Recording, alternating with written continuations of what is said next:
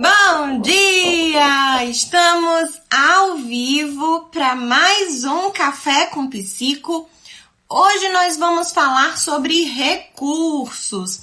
Sempre tem alguém na caixinha, alguém no direct, alguém perguntando na vida real sobre recursos. Quais recursos nós utilizamos para avaliar? Quais recursos nós utilizamos para intervir? E com crianças de tal idade, qual recurso a gente usa? Então, a gente hoje vai falar sobre recursos. Quero dar boas-vindas a quem está chegando por aqui, quem é novo por aqui. Esse é o nosso Café com Psico, todo sábado, 8h08. Tem Café com Psico. Nós falamos sobre temas relacionados à psicopedagogia, à infância, aos adolescentes, à aprendizagem e à terapia infantil de forma geral, né? Então, o Café com Psico também é podcast, está nas plataformas de streaming de áudio, no Deezer, no Spotify e também está no YouTube, tá bom? Bom dia para quem tá chegando. Desenvolvendo, cheguei, bom dia, já pegaram café? Estou aqui com café, um balde de café nas mãos pra gente conversar um pouquinho. Hoje a live vai ser rápida porque eu quero fazer um convite à reflexão. Eu acho que quando eu disse que falaria sobre recursos, todo mundo achou que eu ia estar no consultório, fazendo a live lá do consultório, né? Pegando os recursos e mostrando para vocês. Mas a gente vai fazer diferente hoje, tá? Bom dia para quem tá chegando e simbora começar o nosso Café com Psico, tá? Bom dia, tio Helder, tio Wilson, do Aprimorando, a Fabi, a Amanda. E vamos lá. A Adriana, que sempre tá por aqui, né, Adri? Muito obrigada. Sábado de manhã está aqui comigo nessa live. Bora lá? Antes, quero deixar, né, avisado também que os comentários estão abertos. Esse espaço é nosso. Pode compartilhar conhecimento, pode dar sugestão, pode perguntar, pode ficar à vontade. Que esse recurso, né, esse momento é nosso. E eu gosto muito de interagir com vocês, quando vocês me dão dicas, quando vocês dizem algum conteúdo interessante, algum tema e vai puxando o assunto aqui para eu não ficar falando sozinha, né? Vamos lá. Então, gente, esse é um assunto muito recorrente por aqui. Sempre que a gente fala de determinado distúrbio, transtorno, de alguma patologia, quando a gente mostra a mãozinha da criança executando alguma coisa, sempre tem alguém que pergunta: Jússi, qual é esse recurso? Para que serve esse recurso? Ou então, Jússi, qual recurso eu uso para uma criança com dislexia? Jússi, qual recurso eu uso para uma criança com TDAH? Como é que eu avalio isso, né? E aí, a gente se prende muito nos recursos. E aí, esse é o meu convite para a nossa reflexão, tá? A gente se prende muito no recurso. Quando a gente diz, né, em outra live a gente estava falando sobre brincar, a importância do brincar, né? E aí, essa dúvida foi bem frequente. Tá, qual recurso eu uso para isso? E como fazer lúdico essa determinada situação, né? E aí, a gente vê, eu fiz até um post, né, no meio dessa semana, falando sobre excesso de estímulos, né? E muitas vezes, nós profissionais da psicopedagogia, ou a gente que tem criança em casa, acaba comprando uma imensidão de brinquedos, né? Querendo estimular de todas as formas as nossas crianças. Então, a psicopedagoga, né, é uma dúvida bem frequente por aqui. Jússi, estou começando agora, estou montando meu consultório agora. Quais os recursos eu compro primeiro? O que eu faço para saber qual o recurso que eu preciso comprar, tá? Ou comprar e usar com a criança, né? E uma das coisas que eu digo é, calma, você vai ter tempo para comprar os seus recursos. Compra o básico, né? O básico de papelaria e o básico que a gente precisa ali com letras, com números, com encaixe, vai depender muito da idade do seu público, né? E aí, quando a gente pensa em sessões lúdicas, quando a gente pensa em recursos, nós precisamos pensar em habilidades, né? Nós não temos como usar um recurso com muitas crianças do mesmo jeito, né? Então, a primeira coisa que nós precisamos pensar é qual habilidade eu estou querendo avaliar? Qual habilidade eu estou querendo intervir? Né? O que eu estou querendo trabalhar hoje? Então, é importante que a gente aprenda primeiro o que é que a psicopedagogia faz no consultório, com o que é que ela trabalha e aprender profundamente sobre essas habilidades, né?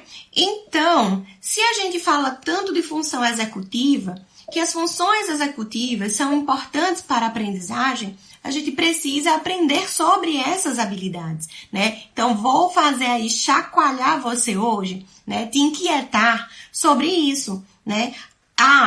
TDAH. Quais as habilidades que eu preciso avaliar para saber se a criança preenche critérios diagnósticos para TDAH?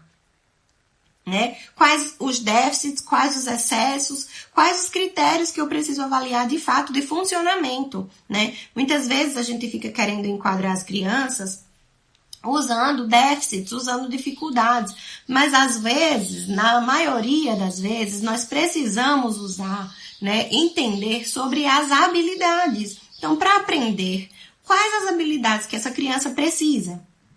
E aí, só sabendo as habilidades e sabendo como essas habilidades são externadas pela criança, é que nós conseguimos pensar em objetos, em instrumentos, em recursos, brinquedos, seja lá o que for, em músicas, né, para a gente usar como avaliação e intervenção, tá? Então, é importante que a gente aprenda essas habilidades e que a gente saiba o que a gente está fazendo, porque um recurso vai importar pouco. Entendem?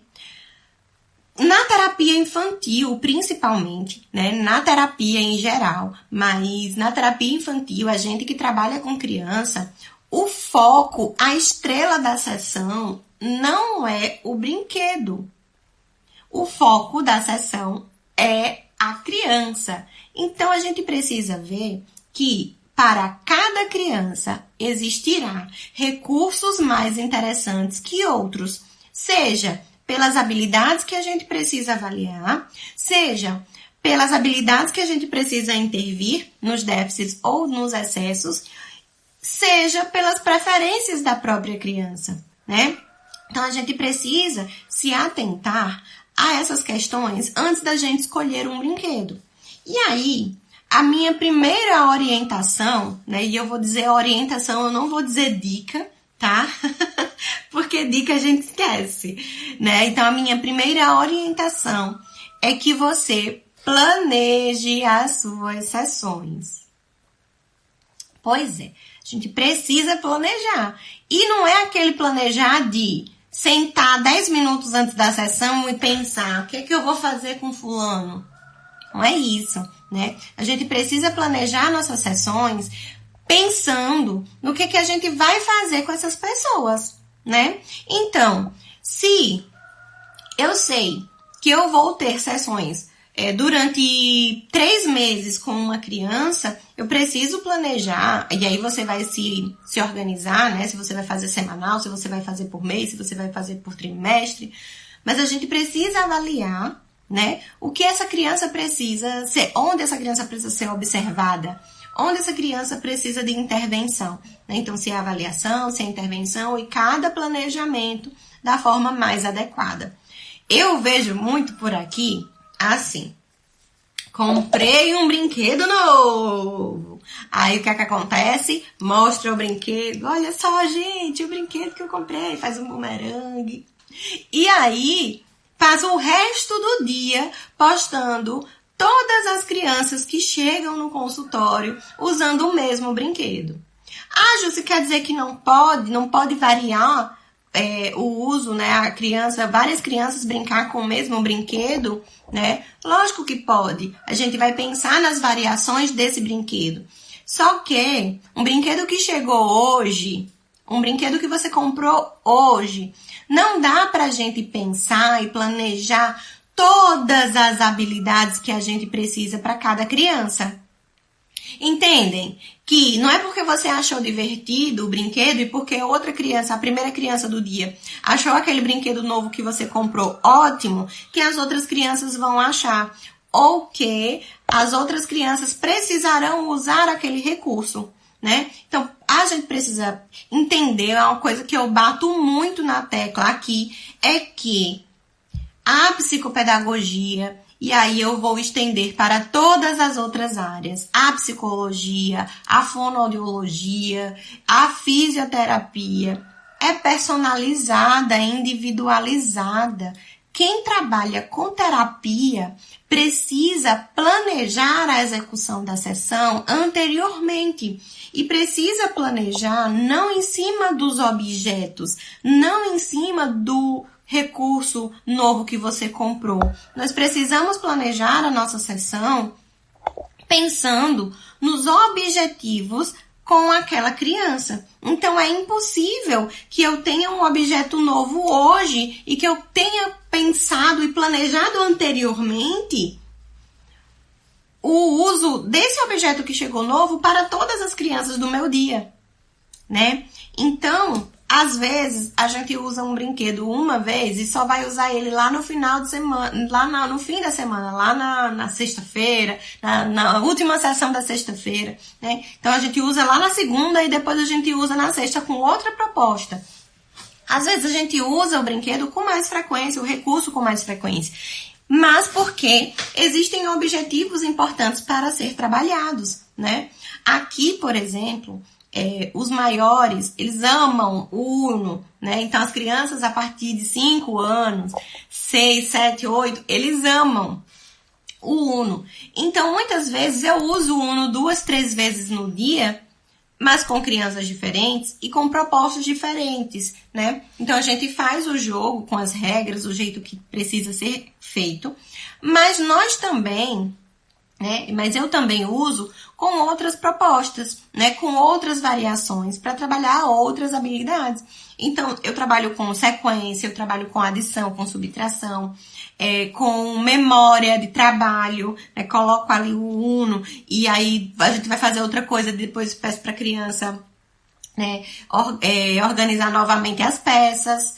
Então, tem muita coisa para fazer com o Uno. E aí a gente usa de diversas maneiras. Como eles gostam de jogar mesmo o jogo, né? De jogar o mais 4 para tia Jússi, né? A gente no final da atividade, a gente vai lá e brinca do jeito que eles sugerem, né? Então, assim, o Uno é um jogo super versátil, que dá pra gente fazer muita coisa com ele, né? Então, às vezes, eu uso 2, 3 vezes no dia.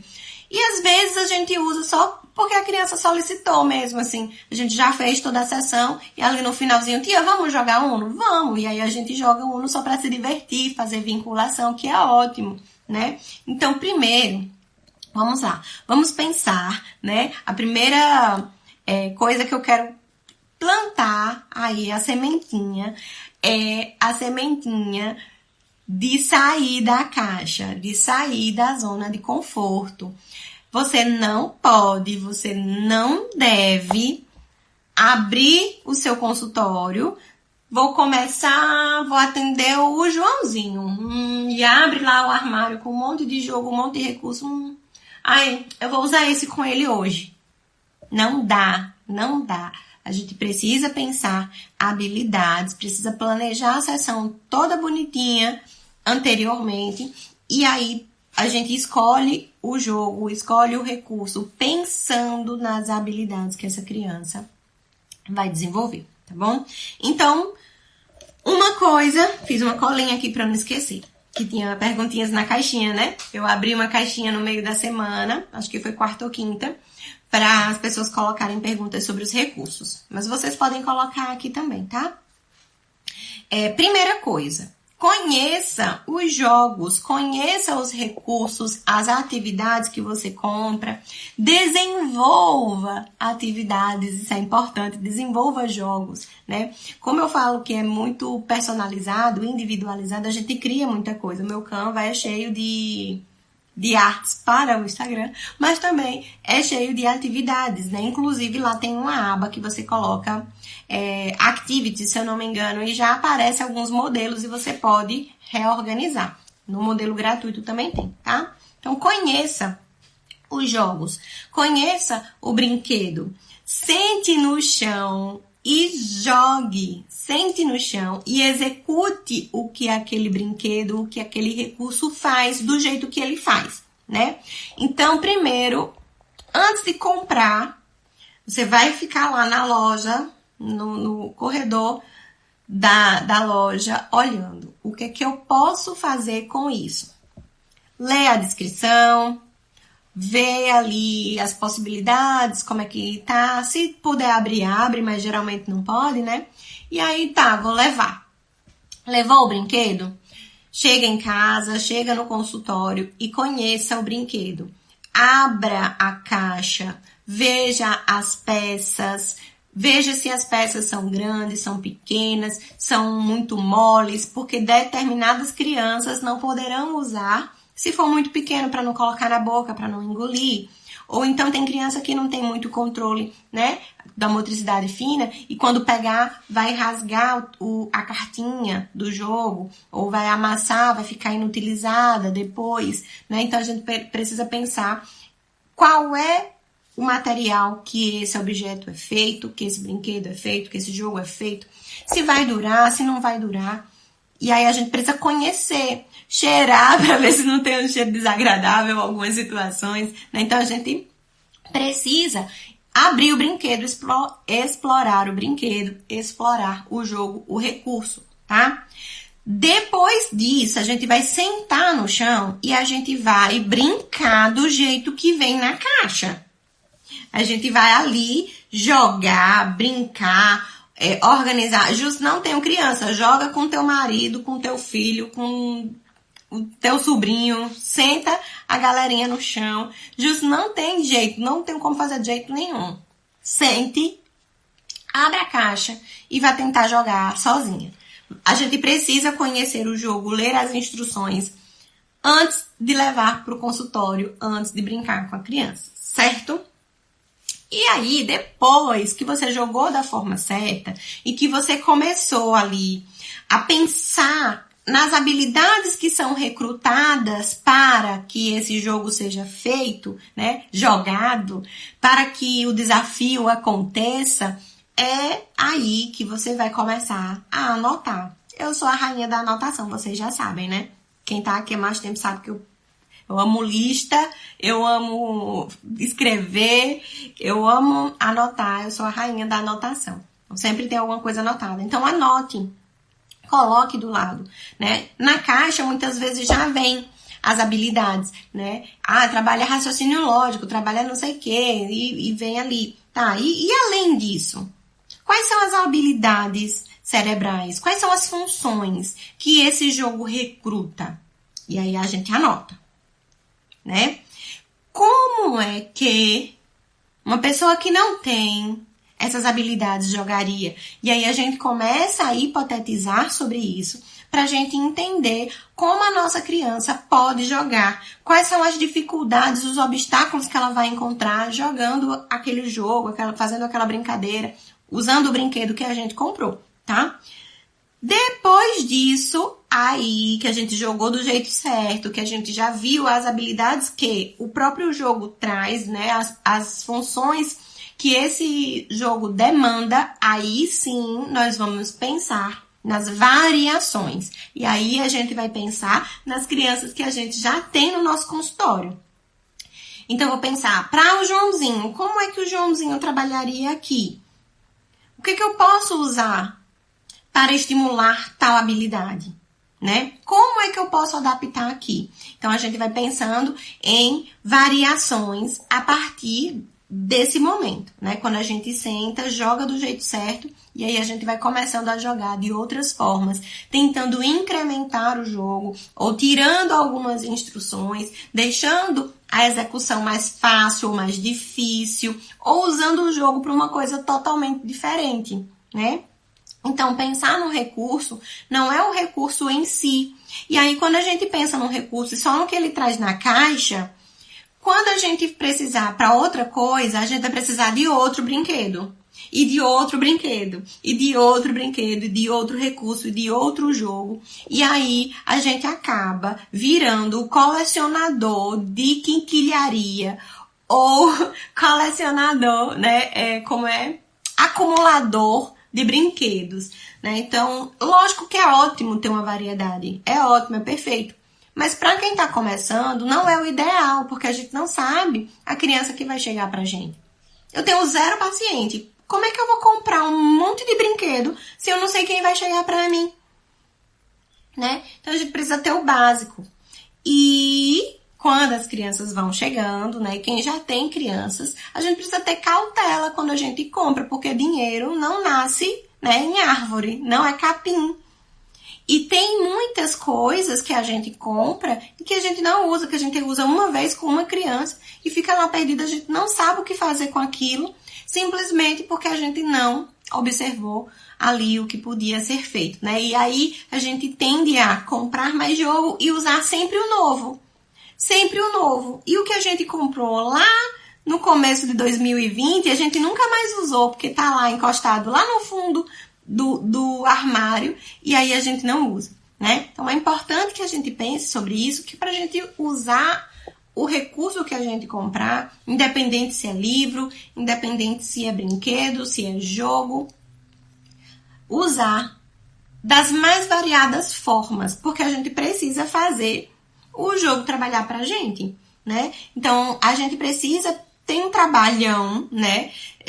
De sentar, de jogar, de pensar nas habilidades recrutadas, em como a gente pode variar, mas depois aquele jogo vai servir pra gente, e aí você pode até fazer uma ficha, um catálogozinho, né? Uma ficha catalográfica, um fichamento, ou alguma coisa, pra você ter ali os jogos, né? Se tem dificuldade de fazer isso, de pensar mas ali na hora, né, ou pensar na hora que está planejando a sessão do seu paciente, faz uma fichinha e vê ali, faz um levantamento de todos os dados, né, e de todas as habilidades, o que é recrutado ali na hora de executar aquela brincadeira, aquele jogo e de usar aquele brinquedo, certo? Então a gente precisa aprender sobre o jogo, né? Os que têm regras, não adianta a gente abrir e dizer, então, vamos ler agora que eu não sei o que eu faço.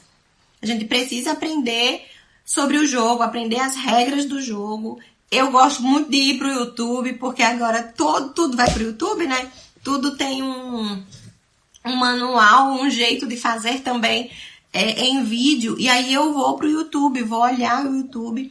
Eu gosto muito de jogos de tabuleiro antigos, né? Aqueles que a gente usava quando era criança. Trago isso, né, para os meninos, gosto bastante. A gente precisa também entender o que cada brinquedo faz, mas entender também, né, as peculiaridades de cada criança, de cada indivíduo que está sendo avaliado, que está sendo acompanhado por nós. Tá? Então, primeiro de tudo, conhecer o jogo, os jogos, os brinquedos, os recursos. Leia sobre ele, entenda as habilidades e depois sente no chão e vá brincar. Sente no chão e vá variar, certo? Isso é importante. Segunda coisa que nós precisamos fazer é avaliar as preferências da criança. Então, não adianta nada a gente achar o jogo super engraçado, super legal, e a criança achar uma chatice. Ela não vai engajar, ela não vai ficar motivada, ela não vai querer brincar com aquilo, né? Então, não adianta a gente dizer assim, olha, eu tenho um brinquedo super legal, você vai conhecer agora, e a gente tá ali super empolgada, brincando com o jogo, e a criança tá assim...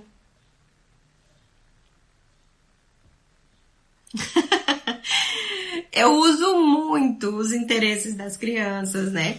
Avaliar as preferências, né? Ter uma lista de preferências da criança é muito importante, porque ela precisa se sentir motivada e engajar para que a sessão renda, né? Então, ela precisa achar legal, tem que ser divertido. E aí, muitas vezes, as crianças saem da sala rindo, brincando, gargalhando, né? Dizendo que vai voltar, que foi legal, porque foi realmente legal para ela. E aí, a dificuldade que a gente tem em aprender a avaliar as habilidades corretas e usando jogos e deixar divertido, é aí onde está a conexão da história, né? Porque usar o jogo, usar o recurso, pensando na habilidade somente, né? Ali é importante para nós, profissionais. Mas para a criança está sendo divertido, e aí o grande desafio é esse: juntar o que a gente precisa para avaliar ou para intervir com a diversão, para que a criança ache legal, ache bacana, nossa, que massa, né? Então, a gente usa as preferências da criança. Primeiro, você avalia essas preferências, depois, você monta as suas sessões pensando nelas.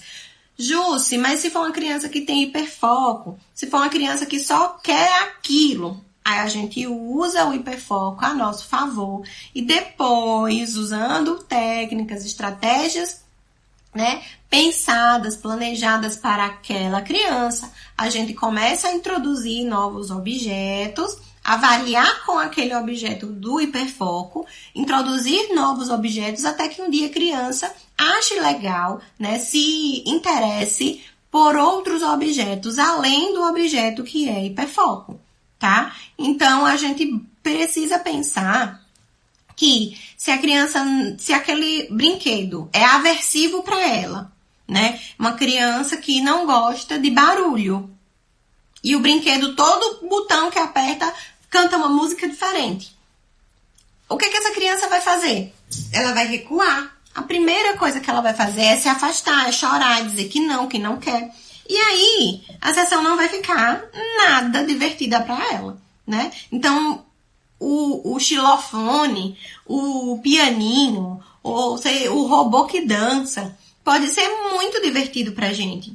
Mas se não tiver divertido pra criança, a gente não vai estar aproveitando nada. Às vezes, vou passar um livro aqui para não cair ali.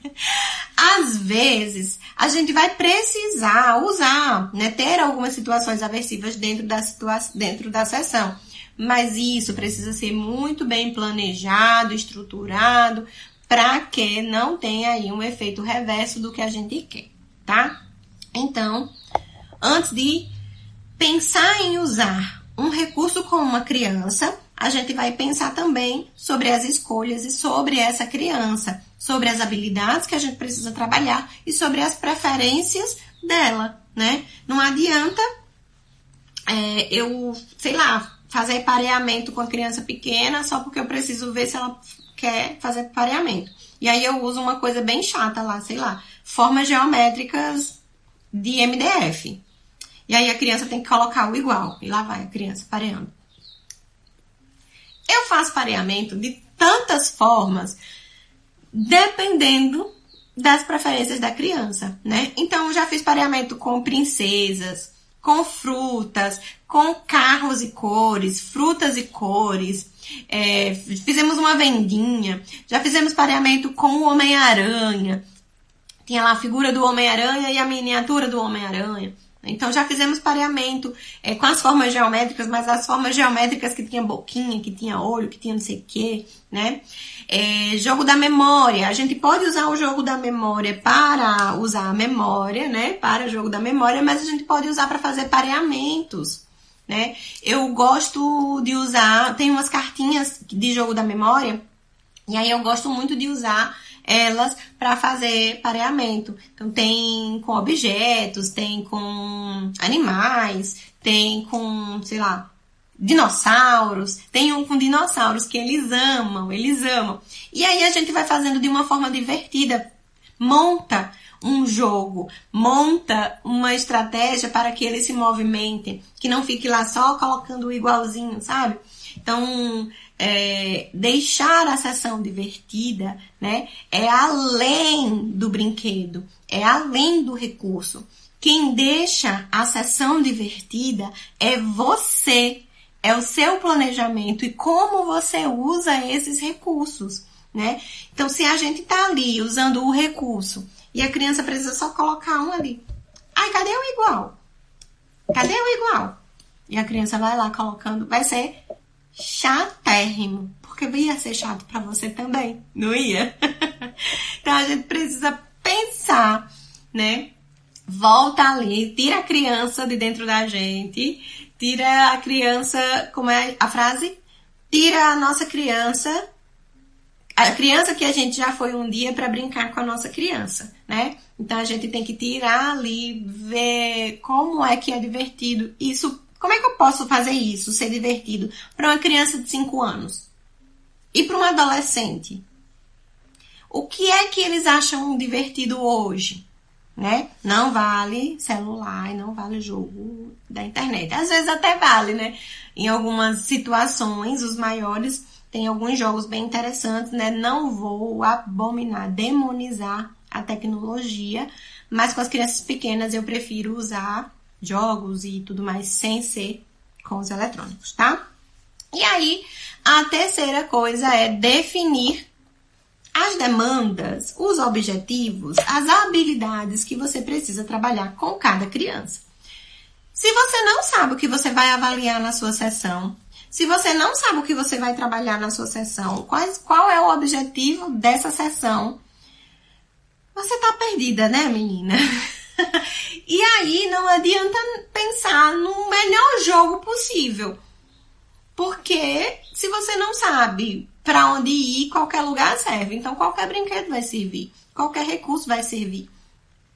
E quando você sabe o objetivo que você tem, quando você sabe a habilidade que você quer treinar, quando você sabe a habilidade que você quer avaliar, qualquer coisa serve. É diferente, né? Por quê? Porque quando a criança varia, quando a criança vai para uma coisa que ela gosta, quando a criança solicita alguma coisa que ela gosta, a gente sabe que eu preciso avaliar isso. Preciso avaliar, sei lá, flexibilidade cognitiva. E aí, independente do jogo, independente do recurso, lógico que a gente vai, né, dar as nossas sugestões, mas se a criança achar tudo muito chato, ou se a criança não quiser nada, ou se a criança é aquela criança que faz uma coisa, depois 2 minutos está em outra, 2 minutos está em outra, 2 minutos está em outra, a gente vai tendo os objetivos ali bem delimitados, né, na nossa cabeça, tendo as habilidades muito bem estruturadas para aquela sessão, a gente varia independente do brinquedo. A gente trabalha até com a folha de papel, a gente não trabalha com nada. Ontem eu fiz uma sessão com a criança de 4 anos. 4 anos e um pouquinho. No final da tarde, era a última criança, 18 horas. Eu usei só cartinhas com desenhos. E as outras habilidades eram essa de identificação, né? E nomeação.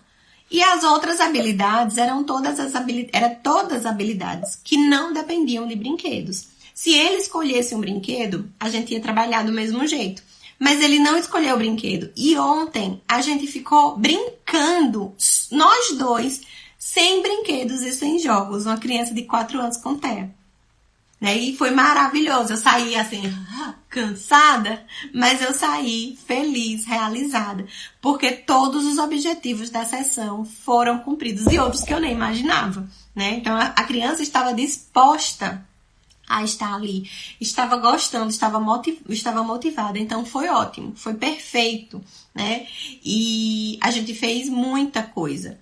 E tudo com o corpo, com o puff, com o jump, que são recursos também, né? A gente não pode negar, mas a gente não usou brinquedinho sentar no chão, né? Então a gente brincou de pega-pega, a gente brincou de esconde, a gente brincou de imitar. Ele trazia uma música cantarolando, porque ainda não cantava, né, da forma que a música era, e eu ia cantando e a gente ia brincando. E isso foi fantástico, né? Então a gente nem sempre a gente precisa pensar num recurso. A gente precisa imaginar nas necessidades que a gente precisa desenvolver, que a gente precisa avaliar nessa criança. Né? A estrela da nossa sessão, né? O ponto mais importante, onde precisa estar todos os holofotes, né, na verdade, a criança, e não os brinquedos, e não os recursos. Lógico que pensar recursos é importante para a gente ir variando isso, né? Mas se a gente sabe o que a gente precisa trabalhar com cada criança, a gente vai pensar no recurso mais adequado, sem esse medo. Porque a gente fica com medo, né? Qual é o recurso que eu uso para isso? Qual o recurso que eu uso para aquilo? Então, conheça as habilidades e conheça a sua criança, né? É importante que a gente pense que existe um serzinho ali na nossa frente que decide também. Um serzinho ali que tem vontades, que tem preferências. Né? E se a gente é muito inflexível, se a gente é muito rígido na hora de pensar na sessão da criança, a gente acaba perdendo algumas sessões porque a criança vai se afastar. Né? Então a gente precisa trabalhar em nós também essa flexibilidade cognitiva na hora de pensar na variação dos jogos e na hora que, quando a gente planeja uma atividade que a gente achou que era super legal e a criança não achou legal, e agora o que eu vou fazer? Então a gente precisa ter essa flexibilidade, né? A gente precisa ser flexível, a gente precisa ser criativo, né? Também criatividade, gente. Ah, Ju, se você é criativa, você nasceu assim, criativa. Não, gente, criatividade a gente treina. Se eu pegar uma folha de papel, o que é que eu vou fazer com isso? Então, se você não treinar o que fazer com uma folha de papel, você nunca vai saber. A gente pode fazer dobraduras, a gente pode fazer origamis, que eu sou péssima, né, inclusive. A gente pode cortar, a gente pode usar o próprio papel. Né? É um recurso importante, interessante, né? E aí, minha gente, vamos falando de recursos também, a gente sempre acha que os melhores recursos são aqueles das marcas gigantes, que a gente vê todo mundo usando. Ai, meu Deus, tal profissional tem esse jogo. Eita, a fulana também tem, eu preciso dele. E muitas vezes a gente esquece que na nossa casa, que em lojas de pet shops, que em artigos de cozinha, a gente pode achar várias coisas para fazer, né? Então, toda vez que a gente pensa em habilidade, a gente consegue enxergar recurso em tudo. Quando a gente pensa na habilidade, quando a gente pensa na criança, tudo vira recurso. Se a gente pensa só no brinquedo, a gente não consegue pensar em muitas coisas, né? E aí a gente tende a repetir padrões, né? Repetir a brincadeira com todas as crianças. Ó, Júlia colocou aqui, papelão, amo. Minha gente, não joguem as caixas de papelão. Chegou a encomenda da Amazon, deixa a caixa guardada lá, que você vai usar ela um dia. Ai, Ju, se você tá dizendo que eu vou virar uma acumuladora de papelão. Às vezes a gente guarda umas coisinhas.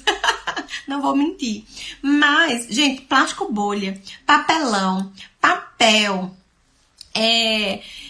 artigos de cozinha, peneiras, funis, coadores, espátulas. A gente pode usar tanta coisa para avaliar e para intervir com as crianças, né? Macarrão cru, macarrão cozido, milho, feijão. Dá pra gente trabalhar muita coisa. A Fabi colocou, a motivação da criança é de extrema importância para realizar uma intervenção efetiva. Justamente. Não tem como a gente estimular nenhuma habilidade se a criança não estiver motivada. Se a criança estiver achando um saco, pode ser o brinquedo mais máximo, mas o máximo que você comprar, que não vai fazer diferença para ela, né? Então, não vai ter aprendizagem efetiva, não vai ter aprendizagem significativa. E aí, use e abuse, né, das coisas que você tem em casa ou compre artigos domésticos para o seu consultório. Pegador de gelo, pegador de macarrão, aquelas tesouras de culinária, né? Aquelas maiores que é pegador de gelo também, né? Que mais que a gente pode usar? Medidores, aqueles que a gente usa para colocar uma xícara de chá de farinha de trigo, uma xícara de chá de açúcar, né? Então, é importante para a gente trabalhar medidas, para a gente trabalhar matemática, para trabalhar frações com essa criança, né? 1/4, 1/2, ou 1/2 é ótimo, né? Meio, metade, 1/4, 1/3, 1/6, né? Então, é importante para transferir líquidos, vários tamanhos de garrafas de plástico, até garrafa de vidro às vezes serve, mas tem que ter cuidado, né? Copos descartáveis, copos de acrílico, copos de vários tamanhos. O que mais que a gente pode usar? Colheres, aqueles kits de comidinha que a gente usa para introdução alimentar dos bebês, né? Pratinhos, colheres de plástico, é ótimo, é perfeito, né, pra gente trabalhar a motricidade, pra gente trabalhar um monte de coisa. Deixa eu ver mais coisas que a gente pode trabalhar, coisas que tem em casa. Coisas de pet shop mesmo, os brinquedinhos dos pets, tem um que eu não vou lembrar agora qual era, mas eu lembro que teve uma mãe que achou um brinquedinho de pet que pra fazer tipo fidget toys, eu não sei como é que fala, enfim. Tipo aqueles brinquedinhos, né, de autorregulação. Então, assim, a gente precisa pensar sempre no objetivo que a gente tem, né? Em o que é que a gente vai trabalhar e não no jogo em si, né? As grandes marcas, elas são importantes, sim, porque elas já trazem muitas coisas pra gente, né? Rolo de papel higiênico, a Júlia colocou aí. Rolo de papel higiênico.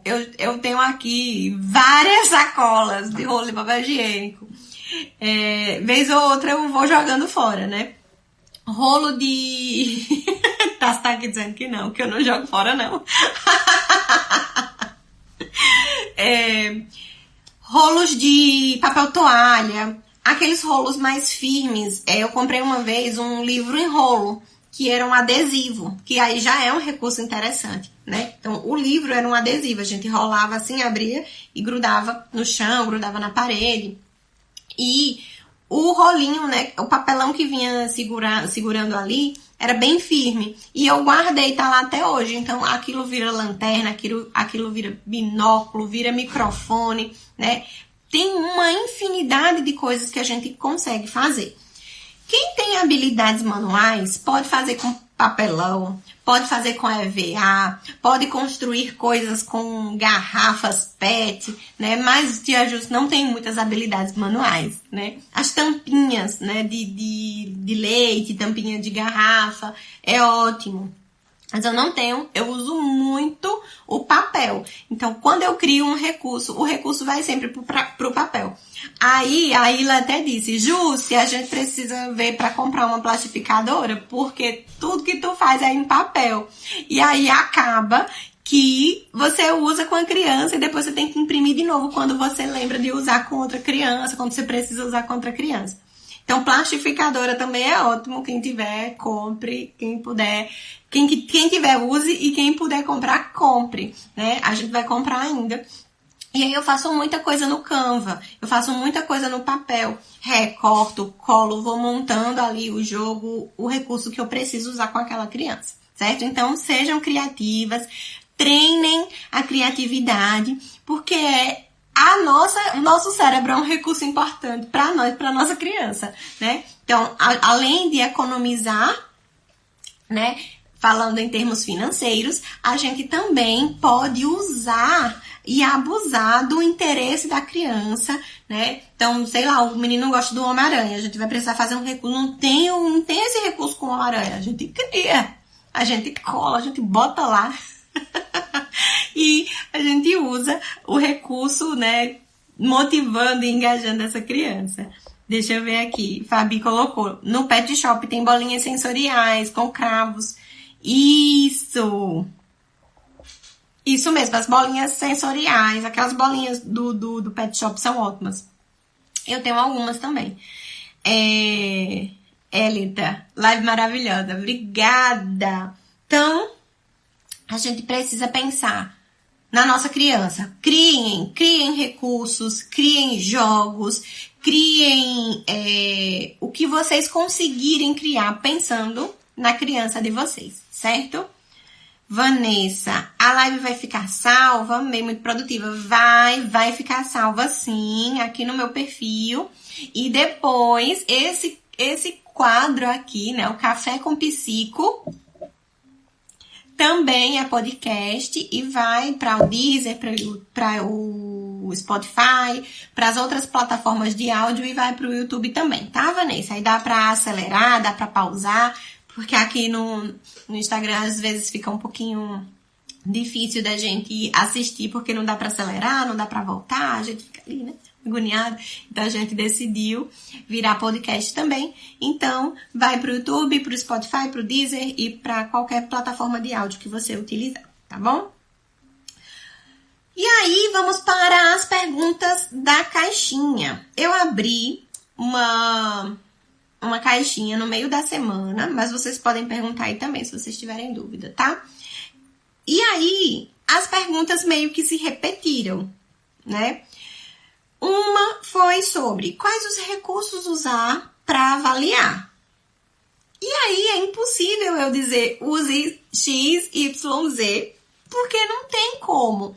A gente vai observar a criança, o que a criança precisa, o que a criança gosta, qual é a hipótese diagnóstica que eu fiz na anamnese. Então, a anamnese é importantíssima também para a gente escolher os nossos recursos, né? Se a gente faz uma anamnese que não contempla as preferências da criança, a gente vai ficar assim, sem saber o que fazer na primeira sessão. E foi justamente uma outra pergunta, né, que estava na caixinha. Quais os melhores quais os melhores recursos para a primeira sessão? Os melhores recursos sempre serão os recursos que a criança gostar. A primeira sessão é uma sessão de vínculo. A gente precisa pensar em atividades, em jogos, em brincadeiras que criem vínculo, né, de vinculação. Não adianta a gente começar as nossas sessões querendo avaliar a criança. Porque quando se tem uma dificuldade de aprendizagem, principalmente, e aí a gente já joga assim, chega assim, olha, vem cá, fulano, e aí joga a folha assim na cara dele, da criança, né? A criança vai fugir de você, a criança vai lhe achar chata, a criança vai ficar com vergonha, porque ela não sabe ler. E aí, quando você chega, a primeira coisa que você coloca na frente dela é uma folha com um texto, ela vai ficar com vergonha, porque ela não te conhece, ela não confia em você, ela não se sente segura. E aí, além das ressalvas técnicas, teóricas que eu tenho com relação às questões da psicopedagogia, ao uso da EOCA, né, da primeira sessão, todo mundo, vamos usar a EOCA, é justamente sobre isso. Como é que eu não conheço você e eu já chego te dando um monte de demanda? Você nunca me viu na vida e eu tô aqui, ó, olha, faz isso, faz aquilo, vem cá, você gosta disso, você quer. Se você me conhecer e eu sentar do teu lado e ficar aqui, faz isso, faz aquilo. Ô, fulana, vou pegar alguém daqui, deixa eu ver. Júlia, faz isso, faz aquilo outro. Você vai dizer, meu Deus, que mulher chata, não vai deixar nem eu falar, né?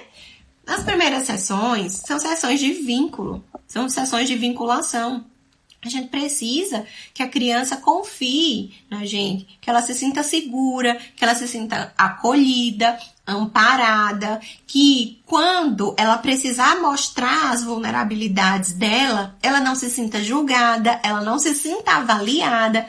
E justo como é que eu vou fazer uma avaliação sem que a criança se sinta avaliada? Gente, isso tem como fazer sim.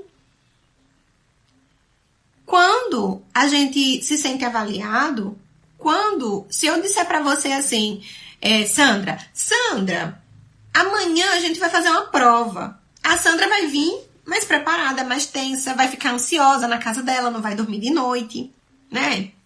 Então, a gente precisa fazer um momento da avaliação, um momento gostoso, um momento bacana, legal, para que essa criança ela não se sinta pressionada. Já basta todas as outras pressões, né? Então, lógico que haverá momentos que a gente vai precisar aplicar um protocolo padronizado, que a gente vai precisar aplicar um teste, mas a gente precisa, não vai fazer uma sessão com 15 testes, uma sessão com um monte de testes, acabou o tempo da sessão, vamos embora. A gente não pode estruturar as nossas sessões assim. A gente precisa pensar que ali precisa ser divertido. Então, eu vou fazer um teste, tá? Eu aplico um protocolo e o resto eu vou brincar, eu vou fazer outra coisa, eu vou usar um recurso que seja legal, que seja divertido, para que eu avalie outras coisas, que essa avaliação seja complementar ao protocolo que eu apliquei, mas que essa criança se divirta, que ela ache que ela tá brincando, que ela brinque de fato. Porque até a brincadeira é importante para nós, né? Ela é super importante, né? Nem até, ela é super importante para nós. Então, a gente precisa usar recursos, artifícios nossos, de flexibilidade nossa, para avaliar qualitativamente aquela criança brincando, né? Então, não é só o protocolo, não é só a folhinha, não é só o teste. E não é só aquele brinquedo que a gente escolheu. Eu gosto de fazer, né? Muito, em todas as sessões, eu escolho um e a criança escolhe outro. E aí, dentro das possibilidades do que a pessoa, do que a criança, o adolescente escolheu, eu vou tirar o maior número, né, o maior proveito possível, o maior número de informações possíveis daquele jogo que ele escolheu. Ah, Jussi, mas se não for um jogo apropriado para a idade? A gente vai tentar jogar, a gente vai explicar, a gente vai adaptar. Se a criança não conseguir, ela mesma vai dizer, ai tia, não consigo não, esse jogo é muito difícil, vamos tentar outro? E aí a gente tenta outro, né? Então, a gente precisa ser flexível, né? Outra pergunta, posso usar o mesmo recurso para avaliar e para intervir? Pode, a gente só não pode usar o mesmo recurso forever, para sempre, amém, né? Porque a gente vai precisar observar as habilidades, as dificuldades dessa criança de alguma maneira, e aí não dá pra gente ficar usando todos os recursos que a gente usou na avaliação para a intervenção, né? E aí, nesse caso, tô falando de brinquedos, de jogos, a gente pode usar assim, mas às vezes fica cansativo, às vezes é chato, às vezes a criança não quer. Ah, eu já usei esse, não quero. Ah, justo quer dizer que agora, e aí se a criança não quiser, eu vou ter que ter um monte de jogo só porque essa criança não quer usar o mesmo? Não, a gente vai variar, a gente vai fazer outras coisas, a gente vai criar, né? Para que ela tenha... E aí, ontem mesmo, eu fiz um desafio da subtração. E aí, tinha um tabuleiro que já era pronto, de subtração. Eu imprimi o tabuleiro. E aí, eu fui... Tinha algumas casinhas de pule 2 casas, volte 2 casas, algumas penalidades, né? E aí, junto com a criança, a gente foi estabelecendo as regras. Então, tava pronto. Eu peguei na internet o tabuleiro de subtração. Eu só imprimi. Mas as regras a gente foi colocando, né? Então, eu precisava que ele escrevesse, ele escreveu as regras. Eu precisava que ele fosse flexível, ele foi flexível, uma vez que ele dizia uma regra, eu dizia outra. E aí a gente ia ver se a gente concordava para o jogo ficar mais divertido, né? Então, além de ter a subtração, a continha, né? Que a gente precisava ter esse raciocínio, a gente ainda construiu as regras, a gente pintou o tabuleiro. Então, eu disse, quais são as cores de alerta? Quais as casinhas que a gente precisa ficar em alerta? E aí, a criança leu lá no tabuleiro, essa. Tá, então vamos pintar de vermelho? E aí, a gente pintou de vermelho as casinhas que precisavam ficar em alerta, né? E as casinhas que tinham as continhas, a gente deixou para depois. Então, uma coisa super simples, uma coisa que estava pronta na internet, que eu imprimi, mas eu imprimi e nós criamos o nosso jogo. E a criança, ela se sente valorizada, né? Se sente feliz, orgulhosa, porque ela tá criando uma coisa junto com a tia. Junto com o tio, às vezes tem os tios, né? Então, é importante a gente dar também esse momento de criatividade, até pra gente avaliar essas outras questões, repertório, criatividade, flexibilidade, né? Inteligência, porque é importante, né? Então, assim, o mesmo jogo pode ser, sim, utilizado, até porque a gente não tem um número infinito de jogos, né? Uma hora o jogo volta para a intervenção, quando a gente usa um jogo na avaliação, mas são propostas diferentes. Às vezes a gente usa o jogo para avaliar como está aquela habilidade, depois a gente vê que aquela habilidade não está tão boa assim, e aí a gente usa o jogo, adaptando para as dificuldades que aquela criança apresentou, e aí a gente vai estimulando e construindo, ensinando o que a gente precisa, né? Então pode sim e deve usar esses jogos, tá? Outra pergunta foi sobre jogos para raciocínio lógico. Tem um monte de jogo para raciocínio lógico, né? Eu gosto muito de usar jogos mesmo, de tabuleiro, né? Mas aí tem alguns sites interessantes, né? Com os adolescentes tem um que eu gosto de usar, que são aqueles desafios de lógica, que a gente vai colocando. Tem o site Racha Cuca, que aí eu uso com os adolescentes, na maior parte das vezes, que aí a gente vai colocando as situações. Tem situações, a gente vai colocando situações e aí a gente vai trabalhando raciocínio lógico. Mas tem muita coisa para fazer. Tem um aplicativo também que eu tenho no tablet que é Illuminity, ou é Luminosity. Eu acho que é Luminosity. Faz tempo que eu não uso o tablet, porque eu prefiro o jogo físico, né? Mas tem, se eu não me engano, é Luminosity, que tem o jogo, ele é pago, mas tem a versão grátis, que aí é reduzido o número de jogos por dia. Ele tem o jogo, ele explica o jogo e ele tem as habilidades que esse jogo faz, né? Até um cérebrozinho assim, a logo do jogo, é bem interessante, tá? Então, assim, raciocínio lógico a gente pode fazer com várias coisas. Com jogo de sequência, aquela historinha que são as sequências lógicas. Tem com o que mais? Com Uno, que dá para trabalhar estratégia. Com Ludo, com xadrez, mas eu não sei usar xadrez. Quem sabe jogar xadrez tá ótimo, né?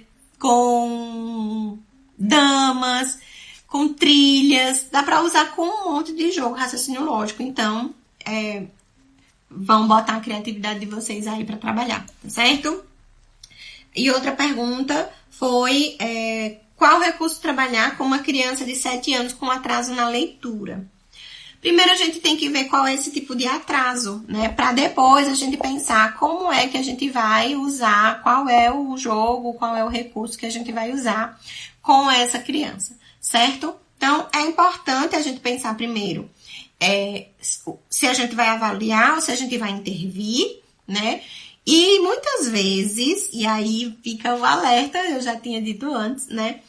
Muitas vezes, com essa criança, a gente vai precisar pensar no que está atrasando essa leitura, né? Quais são as habilidades que não foram desenvolvidas? É consciência fonológica? É ritmo? É velocidade? É discriminação auditiva? O que mais? Sei lá. Né? Quais são as bases, né? As habilidades básicas, as habilidades preditoras que essa criança não construiu ou que estão em déficits ou que estão sendo construídas para que exista esse atraso na leitura, tá? Então, é importante a gente pensar primeiro em pegar jogos que trabalhem essas habilidades para depois a gente ir para a leitura de fato. Jogos com letras, jogos com palavras, é interessante? É interessante. Mas, nesse caso, uma criança que tem atraso na leitura, se a gente coloca um jogo com letra, um jogo com palavras, ela vai ter dificuldade, né?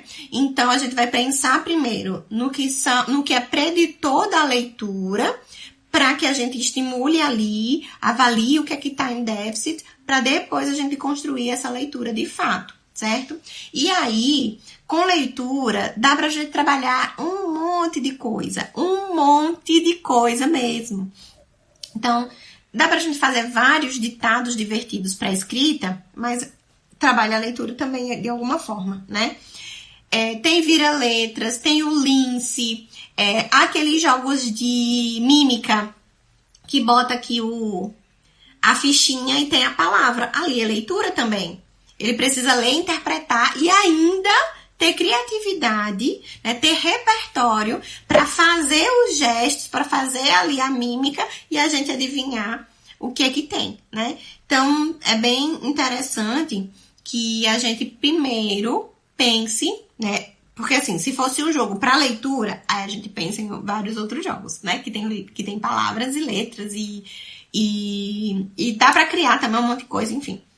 Mas, quando a gente fala em atraso da leitura, se essa criança não está lendo como ela deveria ler, e ela tem 7 anos, então 7 anos ela está ali no processo, né? Também a gente precisa levar em consideração a idade. Se ela apresenta um atraso, a gente precisa pensar o que é que está atrasando? Quais são as habilidades que não foram desenvolvidas? E aí a gente segue rumo a essas habilidades primeiro, né? A gente volta para as habilidades preditoras da alfabetização, da leitura, usa os jogos que tem lá, né? Que trabalham essas habilidades para depois trabalhar a leitura, né? Se tem atraso, muito provavelmente essa criança vai se afastar das atividades que tem ali, que vão externar aquela dificuldade de leitura dela, tá certo? Eu acho que é isso. Falei o que tinha para falar, respondi as caixinhas. Vocês querem perguntar mais alguma coisa? Deixa eu ver aqui se tem alguma pergunta. Júlia, amei.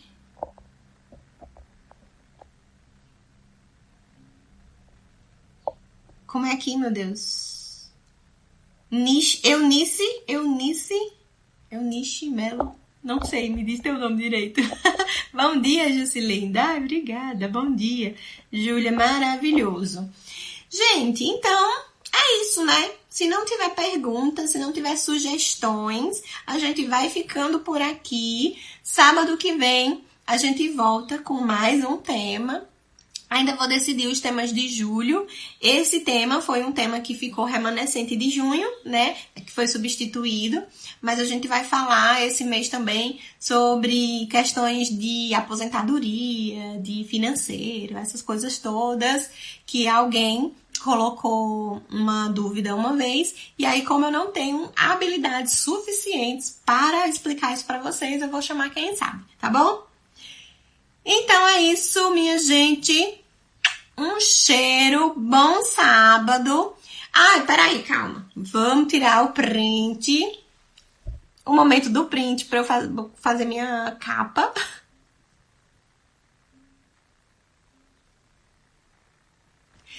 E foi, né? Quem tirou o print, que quiser me marque nos stories que eu vou repostar.